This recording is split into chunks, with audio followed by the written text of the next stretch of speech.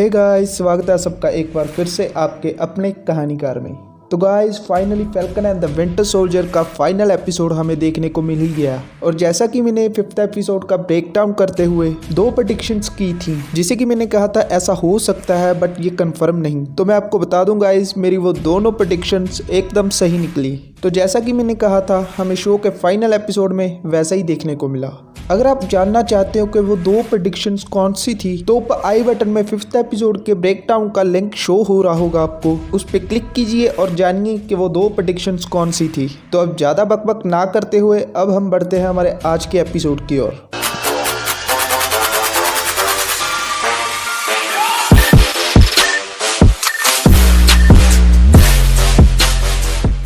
तो एपिसोड की शुरुआत होती है कार्ली से, जो कि अपने साथियों को कह रही होती है कि अब जंग की तैयारी कर लो। वो हमें रोकने की कोशिश करेंगे बट हम रुकने वाले नहीं हैं। और तब नेक्स्ट सीन में हमें दिखता है कि पुलिस और अमेरिकन सोल्जर्स ने उस पूरी बिल्डिंग की घेराबंदी कर रखी है जिसमें जीआरसी की मीटिंग चल रही थी। और तब हमें दिखाई जाते हैं जीआरसी के मेंबर्स उसी बिल्डिंग में थोड़े से पैनिक होते हैं। और उसके बाद अगले ही सीन में हमें आसमान में एक नीली रोशनी तेजी से जाती हुई दिखाई देती है और सैम विल्सन की आवाज सुनाई देती है, जो कि बक्की से कह रहा होता है कि मैं बस पहुंच रहा हूं। बट बक्की वहां ऑलरेडी पहुंच चुका होता है। और तब सैम बक्की से कहता है कि कार्ली यहाँ पर पहुंचने वाली होगी, आसपास नजर रखना। और हाँ, मैंने कुछ मेहमान बुलाए हैं मदद के लिए। और तभी हम देखते हैं कि बक्की को कोई पीछे से आकर कहता है एक्सक्यूज मी साजन बांस, और पीछे से बक्की के शोल्डर पर हाथ रखता है। और जब बक्की पीछे पलट कर देखता है तो वो और कोई नहीं बल्कि शैरन कार्टर होती है। तो बक्की शैरन से पूछता है कि तुम यहाँ पर क्या कर रही हो। और तब शैरन बक्की से कहती है कि फिक्र की कोई बात नहीं, इस वक्त मुझे कोई नहीं ढूंढ रहा। और फिर अगले सीन में हमें कार्ली दिखाई जाती है, जो कि नीचे से सैम को देख रही होती है ऊपर आसमान में उड़ते हुए। और तब वो अपने साथियों से कहती है कि वो आ गया, शुरू करो। तो तब उस बिल्डिंग में ऑलरेडी मौजूद फ्लैग स्मैशर्स अपने मास्क पहनते हैं, तो कुछ स्मोक ग्रेनेड्स फेंक कर वो अपने हमले की प्रक्रिया स्टार्ट कर देते हैं। और तब उस बिल्डिंग के एक विंडो के ग्लास को तोड़कर शील्ड अंदर आती है। और शील्ड के पीछे पीछे ही अंदर आता है सैम विल्सन, जो कि अपनी वाइब्रेनियम से बनी कैप्टन अमेरिका की कॉस्ट्यूम में होता है। और उसके पास वाइब्रेनियम से बने विंग्स भी होते हैं। और तब पहली बार हमें देखने को मिलता है कैप्टन फैल्कन का नया अवतार।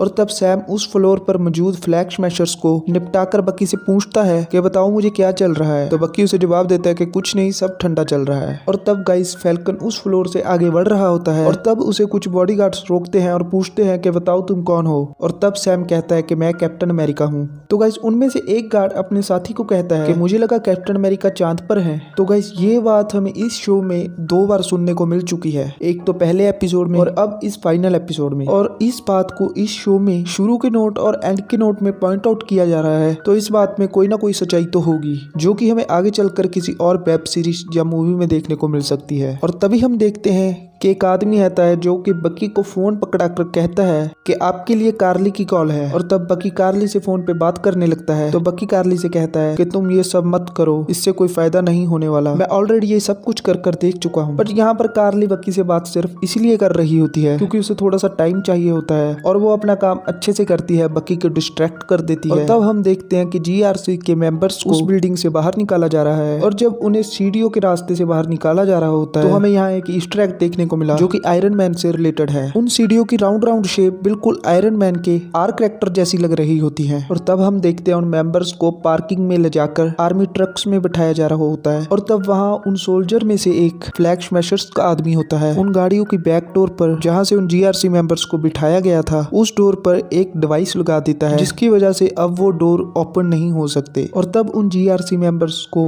उस बिल्डिंग से बाहर निकाला जाता है। और वो गाड़ियां भी बिल्डिंग से बाहर निकली ही होती हैं। और तभी पीछे से बक्की पार्किंग में पहुंच जाता है। और तब बक्की वहां पर एक बाइक उठाकर उन गाड़ियों का पीछा करने लगता है। अब शैरन कार्टर भी उस पार्किंग में पहुंच जाती है। जिस सोल्जर ने उन गाड़ियों पर वो डिवाइस को फिट किया था, शैरन जानबूझकर उस सोल्जर से टकराती है और उस सोल्जर की चेस्ट पर एक डिवाइस फिट कर देती है, जो कि उस सोल्जर को उस डिवाइस के बारे में पता भी नहीं चलता, क्योंकि शैरन को ऑलरेडी मालूम था कि ये फ्लैग स्मैशर्स के साथ मिला हुआ है। और जब वो सोल्जर अपनी वैन में जाकर बैठता है, लाइक एसिड, वो सारा जल जाता है। और तब शैरन सैम को कहती है कि एक को तो मैंने टकाने लगा दिया। तो सैम उससे पूछता है कि कैसे। और तब शैरन सैम से कहती है मर्क्यूरी वेपर और थोड़ा कुछ और भी। और तब हम देखते हैं कि यूएस सेनेटर और उसके साथ कुछ और ऑफिशियल्स को एक चॉपर की हेल्प से उस बिल्डिंग से बाहर लेकर जा रहे हैं। और उस चॉपर को चलाने वाला जो पायलट होता है, वो भी एक फ्लैग स्मैशर ही होता है और वो उनको वहां से लेकर निकल जाता है और सैम अपने उसी पुराने दुश्मन से लड़ रहा होता है जिसे उसने जेल में डाला था। और तब सैम उसे निपटाकर उस चॉपर का पीछा करने लगता है और तब हमें देखने को मिलता है सैम उस चॉपर के साथ जद्दोजहद कर रहा है और उसका पीछा कर रहा है। और अगले ही सीन में हमें कार्ली और उसके साथी दिखाई जाते हैं और कार्ली के साथी उससे कह रहे होते हैं कि बॉस हमारे पास टाइम है, हम यहाँ से निकल सकते हैं। बट कार्ली उनसे कहती है नहीं, चॉपर निकल चुका है और वो मिलिट्री ट्रक भी आने ही वाले हैं जिनमें जीआरसी के मेंबर्स है और अगर कोई गड़बड़ हुई तो हम सबको मार देंगे। तो कार्ली की एक साथी उससे कहती है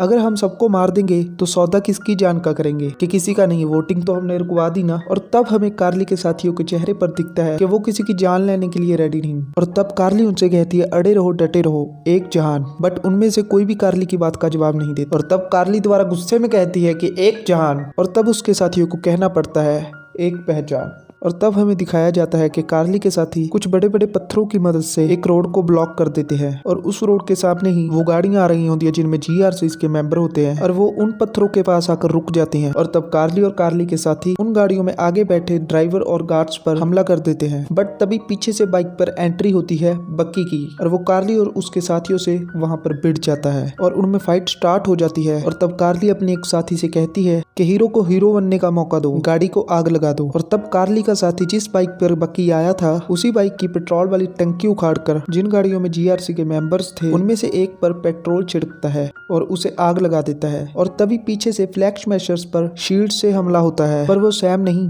जॉन वॉकर होता है और ये शील्ड उसने खुद बनाई है। और तब कार्ली जॉन से कहती है कि मैंने तुम्हारे दोस्त को जानकर नहीं मारा था, वो सिर्फ एक एक्सीडेंट था। बट जॉन भाई साहब कहाँ मानने वाले थे और वो कार्ली और उसके साथियों से भिड़ जाते हैं। और उधर बक्की उस गाड़ी की बैक डोर उखाड़ने की कोशिश कर रहा होता है कि थोड़ी सी जद्दोजहद करने के बाद फाइनली बक्की उस गाड़ी की विंडो को उखाड़ देता है और उन जीआरसी के मेंबर्स को बचा लेता है। और दूसरी तरफ हम देखते हैं कि सैम उस चॉपर में बैठी एक ऑफिशियल लेडी को कॉल कर कहता है कि मुझे पता चला है आप भी पायलट हैं, आप भी चॉपर चला लेती हैं। तब वो लेडी सैम से कहती है कि यस आई कैन डू। और तब सैम उससे कहता है कि हम 5 तक गिनेंगे और मेरे 1 कहते ही आप चॉपर को कंट्रोल कर लेना। और तब सैम 5 से 1 तक की बैक काउंटिंग करता है और 1 कहते ही उस चॉपर में घुस जाता है और उसके पायलट को उठाकर समंदर में फेंक देता है। और तभी वो लेडी चॉपर को कंट्रोल कर लेती है और यूएसए के सेनेटर और ऑफिशियल्स की सबकी जान बच जाती है। तब दूसरी तरफ दिखाया जाता है कि कार्ली बक्की को उठाकर ऊपर से नीचे फेंक देती है और एक फ्लैग स्मैशर भी ऊपर से नीचे आता है बक्की से लड़ने के लिए और ऊपर जॉन वॉकर कार्ली के बाकी साथियों से लड़ रहा होता है। दूसरी वैन जिसमें जीआरसी के मेंबर होते हैं, कार्ली उसे ऊपर से नीचे की तरफ पुश करती है, वो वैन गिरने ही वाली होती है और बक्की ये सब नीचे से देख रहा होता है। तभी जॉन वॉकर उस वैन को पीछे से आकर पकड़ लेता है और इस वक्त ये दिखाया जाता है कि जब वो वैन ऊपर से नीचे गिरने वाली होती है, जॉन वॉकर एक टाइम के लिए कंफ्यूज होता है कि मैं उन जीआरसी के मेंबर्स को बचाऊं या फिर अपने दोस्त की मौत का बदला लूं। अगर मैं उन मेंबर्स को बचाने गया तो इतने में फ्लैग स्मैशर्स यहाँ से निकल जाएंगे। बट वो फिर भी फ्लैग स्मैशर्स को छोड़कर उस वैन को पकड़ता है और अब क्योंकि जॉन वॉकर भी एक सुपर सोल्जर है, वो उस वैन को इजिली हैंडल कर रहा होता है और ऊपर खींच रहा होता है कि तभी कार्ली पीछे से आती है और जॉन वॉकर को लेकर नीचे कूद जाती है और तब वो वैन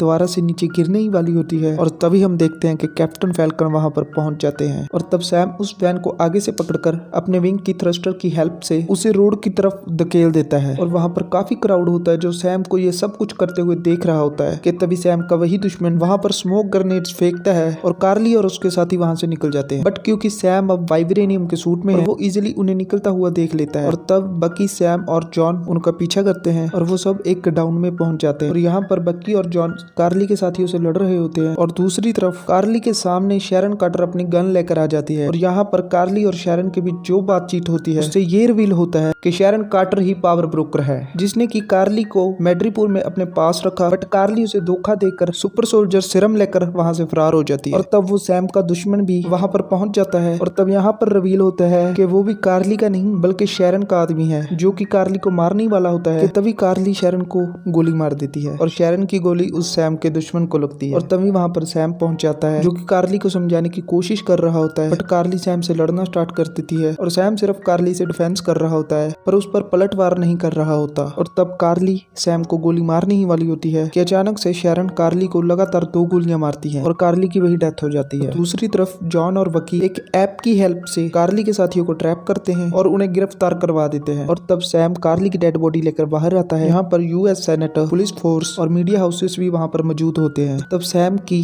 जीआरसी और यूएस सेनेटर से कुछ ऐसी बातें होती हैं जो कि सारा कुछ लाइव टेलीकास्ट दिखाया जा रहा होता है सारे देश को। और तब सैम वहाँ पर यूएस सेनेटर और जीआरसी को इस बात के लिए राजी कर लेता है कि आप रिफ्यूजीज को बंदूक के जोर पर इस देश से बाहर नहीं निकाल सकते। और क्योंकि ये सब कुछ लाइव टेलीकास्ट हो रहा होता है और सैम की इन बातों का इंप्रेशन पूरे देश पर ऐसा पड़ता है कि यूएसए की हिस्ट्री में पहली बार ब्लैक को कैप्टन अमेरिका बनाया जाता है। और आइजिया ब्रैडली भी ये सब कुछ लाइव न्यूज पर देख रहा होता है। और तब नेक्स्ट डे दिखाया जाता है कि सैम आइजिया ब्रैडली के घर पे जाता है और उसे कहता है कि मेरे साथ चलो, मैंने तुम्हें कुछ दिखाना है। और वो उसे उसी म्यूजियम में लेकर जाता है जहाँ पर स्टीव रोजर्स की मेमोरीज को कलेक्ट कर रखा हुआ है। और तब उस म्यूजियम में एक न्यू सेक्शन ऐड किया होता है जिसपे सिर्फ आइजिया ब्रैडली की हिस्ट्री और उसकी महानता के बारे में और उसके सैक्रिफाइसेस के बारे में जानकारी होती है। और तब आइजिया वहाँ पर बहुत खुश होता है। और दूसरी तरफ दिखाया जाता है कि बक्की उसी बूढ़े आदमी के पास जाता है जिसका बेटा बक्की के हाथों मारा गया था जब बक्की विंटर सोल्जर था। और बक्की उस बूढ़े आदमी को सब कुछ बता देता है कि बक्की ही विंटर सोल्जर है और उसके हाथों ही उनके बेटे की मौत हुई थी। और उसके बाद हमें दिखाया जाता है कि मैडम हाइड्रा यानी कि वेलेंटाइना जॉन की वाइफ के साथ रूम के बाहर एक डेस्क पर बैठी जॉन का वेट कर रही होती है। और जब जॉन बाहर निकलता है तो तब वो यूएस एजेंट की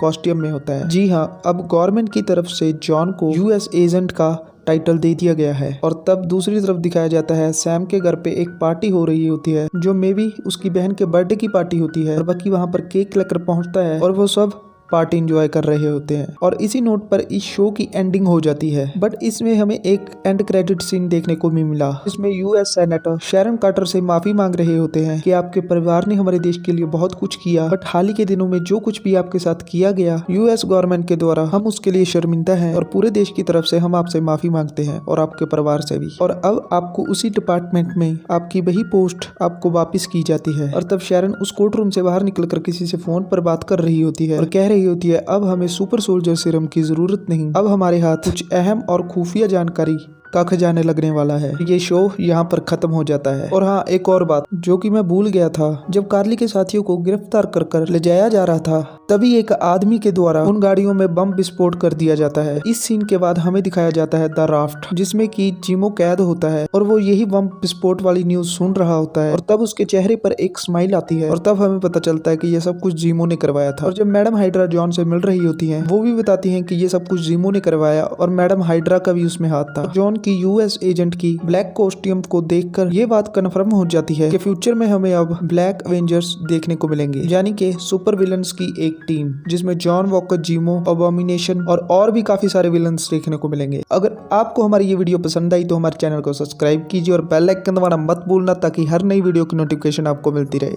थैंक यू और फिर मिलेंगे एक और नई वीडियो के साथ।